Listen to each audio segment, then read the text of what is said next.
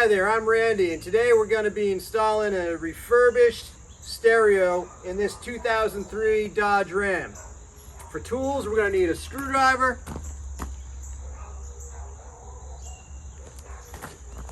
so this truck, the stereo, it powers up,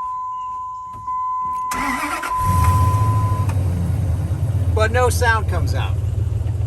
So I figure what could have happened is last guy who owned it could have gone over a bump or something and knocked out the speaker wire into all the speakers all at once, or it's the radio. So I'm thinking it might be the radio. So I got this puppy right here. It's been retrofitted with an auxiliary jack, and we're gonna try to put that in and see if we can't get some tunes back up in here. So what you're gonna do is take your screwdriver, and it looks like I'm taking off this hook right here that you can hang all sorts of what have you off your dashboard. But really that's where the screw is that you use to remove the dashboard. And yeah, that screw, singular, just one screw. That's how they built them in 2003. So we'll put that right there. Once you have your screw removed, you just start ripping things apart with your hands. Like so.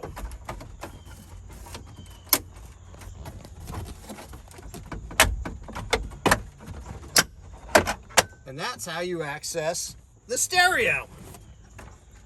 So, now we'll take our screwdriver again. Now there's 4 more screws. And hopefully, this thing's gonna go right in there. Easy peasy, power up, and we're gonna be rocking out momentarily, if my theory is correct. I'm pretty sure this stereo is going to fit. I got it from this place, Factory Radio. As the name implies, they're factory radios. And this one right here will look familiar to anyone who has owned a Ram truck, a Jeep, a Dodge Caravan, a Plymouth Neon, a Dodge Viper. They put it in a lot of stuff. I prefer to tell people, yeah, I got the Viper system. Not the one that talks at you when you get too close to the car. The one from the car, the Dodge Viper. Not known for its tunage, but all right. Now you got your radio antenna back here. You just pull that out. You just pull that out. Uh-oh. I assume you just pull that out. All right, you're gonna get that out somehow. Why would you grease a radio antenna?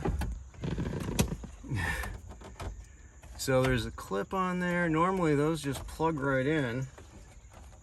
Oh, there we go. It's out. And then you got a wiring harness, which hopefully will match our new stereo. Hopefully will match our new stereo. You want to wiggle these out. It can take a while. There you go. All right. So you see, that's our old dead stereo. And this is our hopefully functional new stereo. And they look pretty much the same on the back, so that's a good sign. Let me remember which is which. This is the new one. How many times have I done this and you put the old dead one back in by mistake? Oopsie daisy, that's what we say in the biz. All right, that's all plugged in. Now, before we get this all bolted back up again, let's crank the key and just make sure it works. Power it up. All right, we've got our clock. That's good. You see that? We have our AM. Let's go. We got tunes. All right. Let's button this puppy back up. And then we'll put in something proper and see how she sounds. Pretty pleased with that because, you know, when you're replacing a stereo like this, you can go to Walmart, you can get like one of those ones that it's got a crazy display with, you know, like dolphins swimming around and such on it, and it's all looks like you're at the county fair on some psychedelic mushrooms. You know what I mean. Now the question is, why is it not going back in?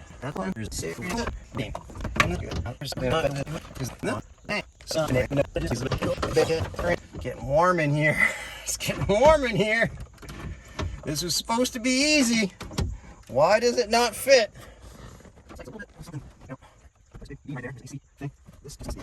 Sometimes, I hate to say it, but you gotta force it a little bit. You gotta force it a little bit.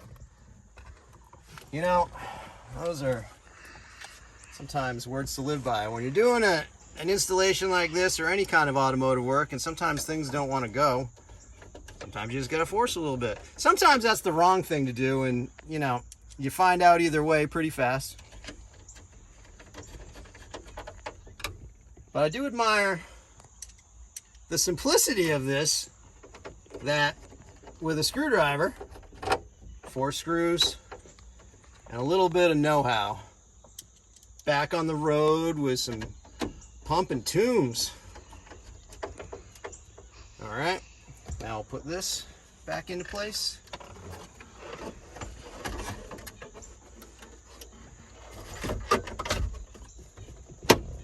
Snap, crackle, pop. Snap, crackle, pop that last screw in, if you follow that completely. There we go. All right. Now let me get this chunk of junk out of the way. Let me grab my stash back here.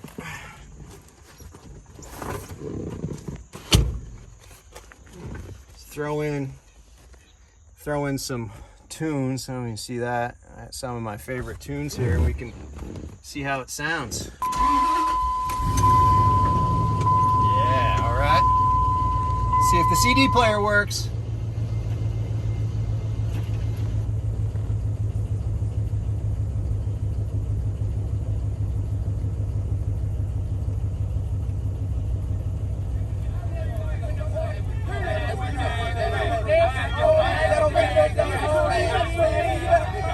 Songs used to have long intros.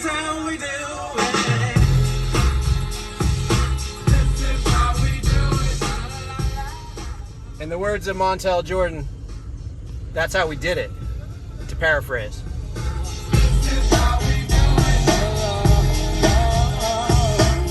All right, so this is a slight aftermarket modification, that this has an auxiliary input.